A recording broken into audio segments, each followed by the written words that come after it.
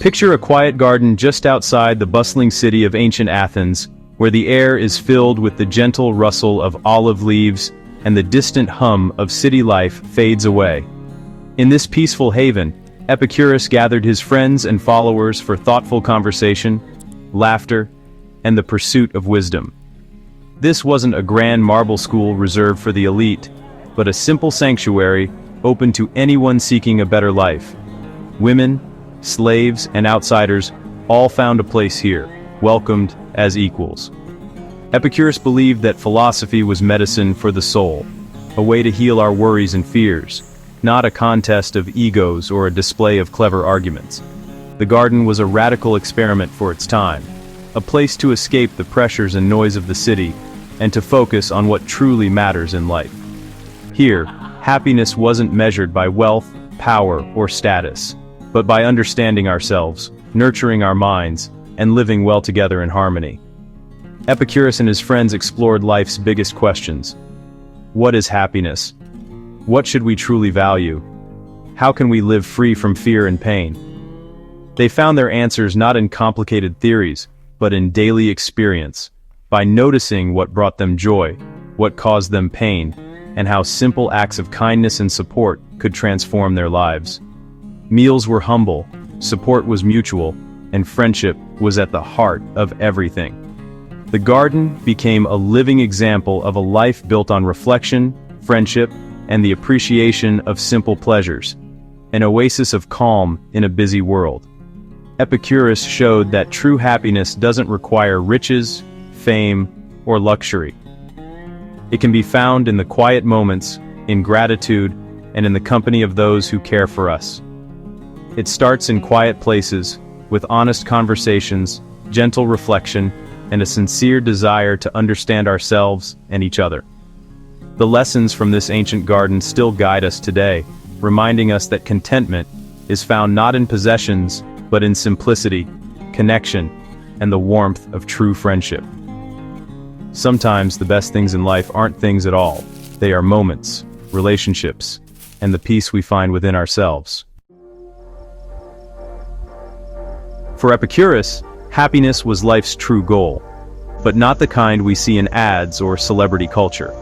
He saw the endless chase for money and status as a source of anxiety, not joy. Instead, he defined happiness as ataraxia, deep tranquility, freedom from worry and disturbance. Imagine a mind as calm as a still pond, undisturbed by fear or regret. Epicurus taught that this peaceful state is our natural baseline, clouded only by unnecessary desires. The key to happiness isn't adding more, but removing what disturbs our peace. It's a subtractive path. Let go of what causes stress. Keep only what truly matters. By clearing away agitation, we return to calm. Happiness, for Epicurus, is a quiet, personal journey toward inner peace. It's not about chasing more, but about finding contentment in less. Epicurus is often misunderstood as a champion of wild indulgence, a philosopher who encouraged people to chase after every pleasure life could offer, no matter how fleeting or extravagant. But his view of pleasure was wise and subtle, rooted in a deep understanding of human happiness and the nature of desire. He distinguished between fleeting, intense pleasures, like the rush of rich food, winning a contest, or sudden excitement, and the more lasting, gentle pleasures that bring true contentment over time. The greatest pleasure, he taught, is the absence of pain and anxiety, simple contentment, a state of calm where nothing is lacking and nothing is craved. Think of the relief when a headache fades, or the quiet joy that comes when worries finally leave your mind, or the comfort of a trusted friend, whose presence alone can ease your troubles and bring a sense of belonging. Epicurean pleasure is found in everyday joys, those small, often overlooked moments that fill life with meaning. A simple meal, a good book, honest conversation, or a quiet morning spent in peace. These are the treasures Epicurus valued most. These pleasures are accessible, lasting, and don't create new cravings. They nourish the soul without leaving us wanting more. Epicurus famously said that with bread, cheese, and a friend, he could rival the gods for happiness, needing nothing more to feel fulfilled. He warned against chasing luxury, which only breeds more desire and dissatisfaction, trapping us in a cycle of endless wanting. True pleasure is appreciating what you have, not longing for what you don't. It's about finding joy in the present moment. The wisest person enjoys the simplest things, savoring each experience without greed or regret. Epicurus's message: happiness is found in gratitude and simplicity, not excess. Seek satisfaction, not stimulation. Let contentment be your guide. That's the real path to joy. A life where peace, friendship, and simple pleasures are enough. What do we truly need for a good life?